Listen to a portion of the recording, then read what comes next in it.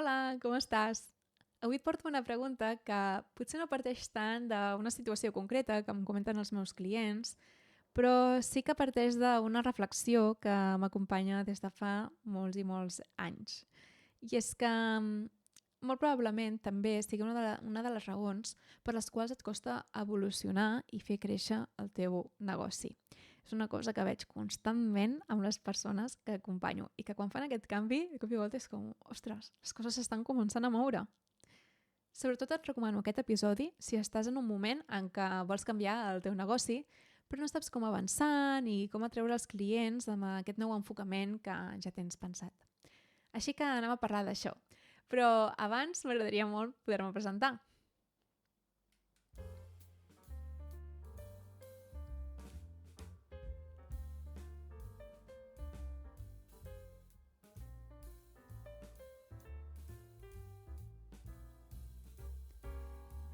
Bé, jo sóc la Rosa, consultora de comunicació i màrqueting des de fa més de 10 anys i actualment acompanyo a professionals a través de la Brúixola Digital, una comunitat on els ajudo a recuperar el rumb del seu negoci digital amb una estratègia de comunicació i màrqueting que sigui fàcil de portar al seu dia a dia.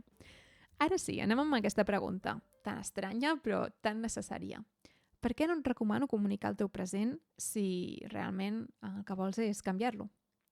Hi ha una frase que repeteixo des de fa molts anys, molt de temps, és una d'aquestes idees obsessives que em persegueixen i que crec que és clau, sobretot en un negoci que està evolucionant.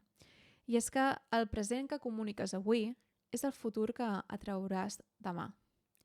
Amb això vull dir que la comunicació sempre té un impacte en el futur. No és que publiquis un post o que facis un anunci i que ja de seguida tot el teu negoci canviï, sinó que necessita unes setmanes, uns mesos i inclús a vegades uns anys per poder tenir resultats.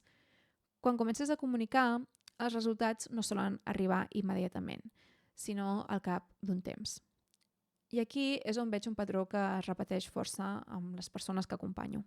Moltes persones veig que no s'atreveixen a comunicar allò que encara no han viscut del tot per por, doncs, al final d'estar mentint o d'estar venent una cosa que no els hi correspon, no?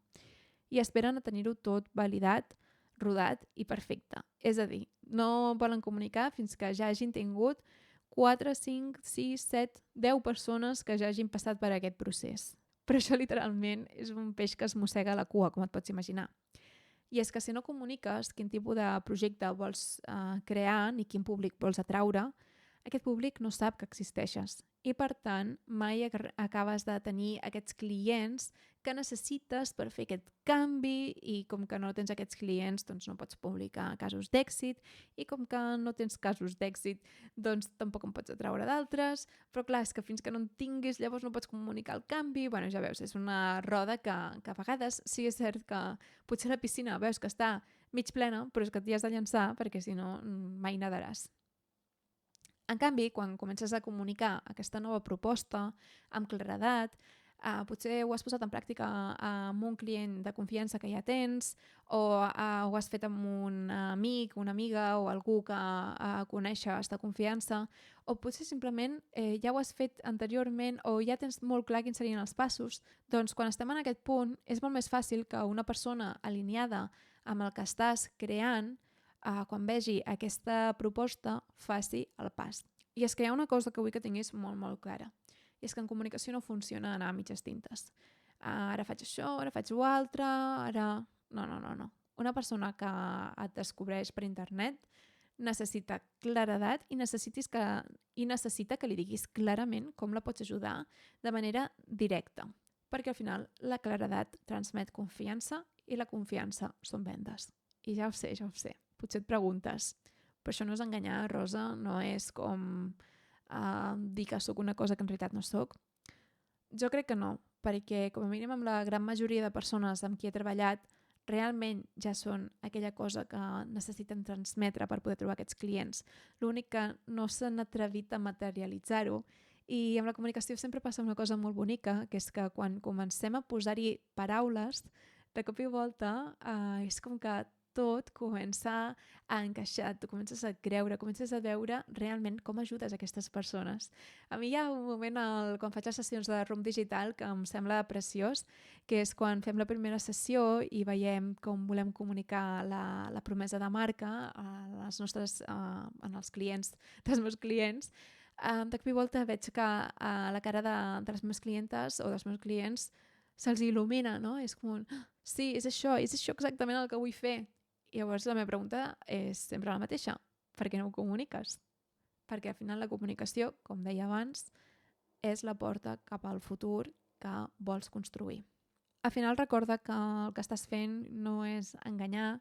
Jo mai t'aconsellaria enganyar la teva audiència, sinó que el que estàs fent és evolucionar a partir de la teva pròpia experiència, a partir de les teves pròpies habilitats.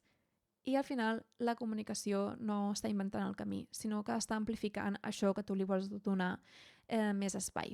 I aquí ja et porto un truc una mica més tàctic per si et serveix, i és que si estàs començant a oferir un nou servei o un nou enfocament, el que també pots fer és oferir un preu reduït en aquestes primeres persones que s'atreveixen, perquè tu també t'hi sentis més còmode i les persones que encara no han vist casos d'èxit o resultats amb aquest nou enfocament, doncs també que siguin les primeres en atrevir-se a veure què tal funciona, perquè no és tan important el servei, sinó la confiança que ja tenen a tu com a professional. Bé, si vull que et quedis amb una idea clau d'aquest podcast és la següent. I és que no val la pena esperar a tenir-ho tot perfecte per poder començar a comunicar aquest futur que tant desitges. Vinga, anem a veure com ho podem posar en pràctica això, que ja saps que sempre m'agrada donar-te un petit consell, una petita acció perquè puguis començar a fer les coses diferent. Ara mateix no vull que pensis ni en estratègies, ni en tàctiques, ni en què comunico a Instagram, ni a la newsletter, ni enlloc. Vull que siguis honesta amb tu mateixa i que et preguntis com vols treballar d'aquí a un any. És a dir, amb quin tipus de persones t'agradaria treballar. Sempre tenim alguns clients més preferits que altres, sobretot quan estem començant a comunicar. També quin tipus de serveis t'agradaria oferir, amb quin tipus d'acompanyament, o si t'imagines potser un negoci més presencial, més online. Vull que comencis a donar-te espai per imaginar-te com seria el teu negoci si ho canviessis 100% com realment t'agradaria. Visualitza-ho, escriu-ho i a partir d'aquí comença a orientar la teva comunicació digital cap a aquest enfocament. I fins aquí la meva resposta del podcast d'avui. Ja saps que si tens una pregunta concreta sobre màrqueting, comunicació, estratègia i vols que la respongui en aquest espai, pots deixar-la als comentaris. I si vols claredat per ordenar aquest canvi i traduir-lo en una comunicació que sigui realment coherent, podem treballar juntes amb el servei Room Digital, on t'acompanyo a definir el teu enfocament, els teus serveis i una estratègia de comunicació que et sigui fàcil de sostenir.